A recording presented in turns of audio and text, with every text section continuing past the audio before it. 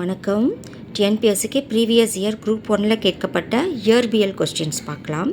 கீழ்காணும் அறிக்கைகளை கவனிக்க. துணிப்புரை என்ன கொடுத்துருக்காங்கன்னா, மிக குறைந்த மின்னழுத்தம் கொண்ட கடத்தல் கம்பிகளின் வழியாக மின் ஆற்றல் வெகு தொலைவான இடங்களுக்கு எடுத்துச் செல்லப்படுகின்றது.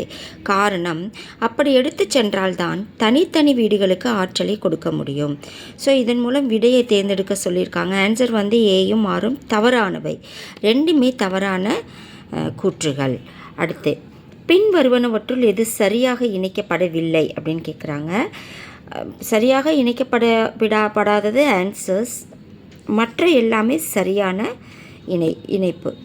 மிதிவண்டிகளின் சக்கரத்தில் குறுக்கு கம்பிகள் பொருத்தப்பட்டிருக்கிறது, ஏனெனில் அது சக்கரத்தின் வலிமையை கூட்டுகிறது அப்படின்னு கொடுத்துருக்கிற இந்த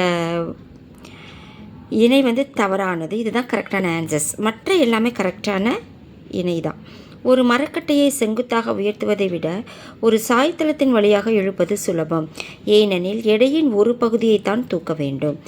மாலையில் சூரியன் அடிவானத்திற்கு கீழே சென்ற பின்பும் சிறிது நேரம் அது தெரிகிறது. காரணம், பூமி பரப்பிற்கு அருகில் உள்ள காற்றின் அடர்த்தி மேல் வளிமண்டலத்தில் உள்ளதை விட அதிகம்.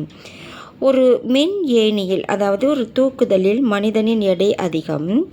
தூக்குதல் மேல் நோக்கி செல்லும் பொழுது முடுக்கம் அடைவதால் மனிதனின் எடை அதிகமாக இருக்கிறது. ஸோ இந்த 3 பொறுத்துக இணைகளும் கரெக்டானது. ஃபஸ்ட்டு ஒன் தவறானது. இது ஆன்சர். நன்றி.